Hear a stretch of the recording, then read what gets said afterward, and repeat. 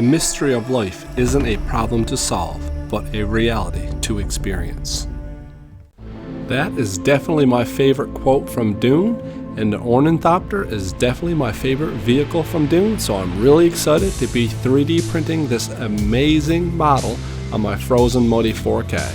And right off the hop, my prints came out absolutely fantastic.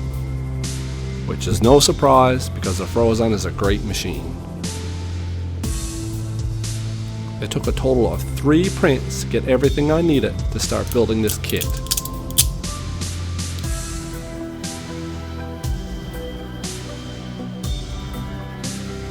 Some of these parts were extremely small and I decided to wash them separately in a small tub. The rest of the stuff I placed into my mega wash station.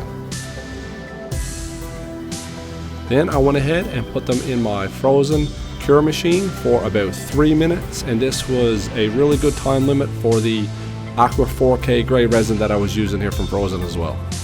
Then I decided to organize all the tiny little parts into this little plastic case so I wouldn't lose anything when I sat down to build it.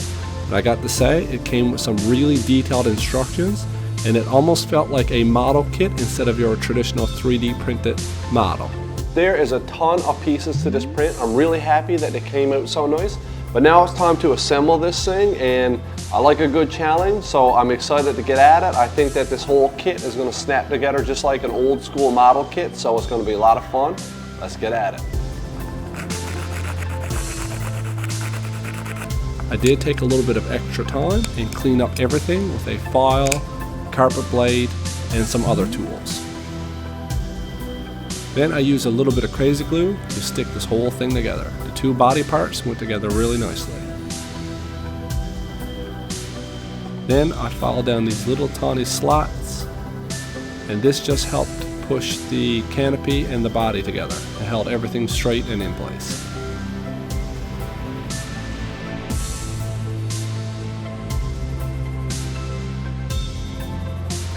Now these pieces were extremely small, and I decided not to put on the rails along the back until I painted it up first. The ramp had these little legs, no idea what they were for, but I did do a really good job here cleaning up this little bracket and hinge, and I used a little bit of copper wire to make the pin so that I could open and close the ramp.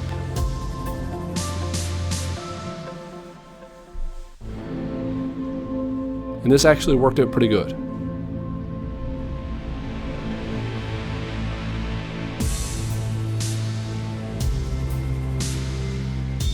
Continue to assemble this thing, and I must say I really enjoyed putting this kit together. It really did feel like a full model kit. But some of the parts were extremely small and delicate, and it took a little bit of work to finagle these chairs into place right there. Now this part was interesting because I had to do a little bit of post-processing here to make all these little pieces fit together for the ball joints of the wing. And I had to make sure that I screwed these things in as tight as possible without breaking them. There's quite a bit of weight to these wings, and they're only held in with this little pin. Running a YouTube channel is a lot of work, but watching the subscriber count grow and chatting with everyone in the comments makes it all worthwhile. We are always making cool stuff here at Facility D20, whether that be miniatures, dioramas, or props. So go ahead and join the facility by smashing that subscribe button and help us get to 20,000 members this year.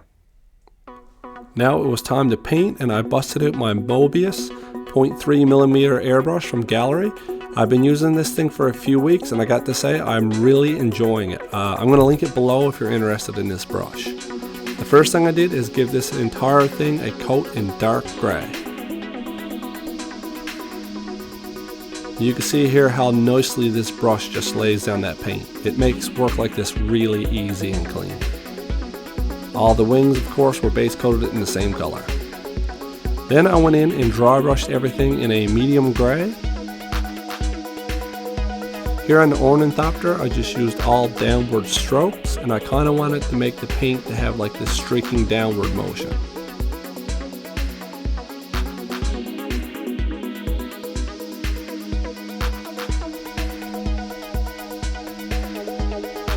On the wings I went a little heavier, and I did all my motions from front to back. Then I used a little bit of gray and white mixed 50-50 together to just kind of make some of this streaking pop. I decided to take out these little ball joints because I wanted to keep them in a darker color. Once the base coat was down, I went ahead and mixed some speed paints with Windex, a 50-50 mix. Then I applied the colors, green to the body and bone to the wings. But this was looking a little bit bright, so I also hit it with a quick watered down mix of black speed paint and Windex as well, and just helped to darken up all the colors. I really want to say thank you to my Patreons. You guys rock. You're allowing me to bring this channel to new heights. Then it was time to pick out the details, like these rails along the sides here, and I used some speed paints to just quickly pick out some details on the side of this aircraft.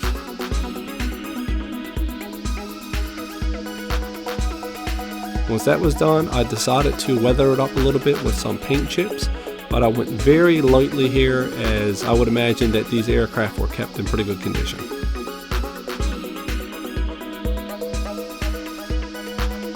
Repeated the process on the wings, and then it was time to print the canopy. I used some clear resin I frozen, and these things also came out really nicely. Now, after they were washed and sanded down a little bit and handled, they did kind of lose their transparency a little bit, but they still fit really nicely into the canopy, and at the end of the day it helped to add to this model. Now, this was an awesome build. I had a lot of fun. If you want to see any more videos on my channel, stick around. I got them linked right here.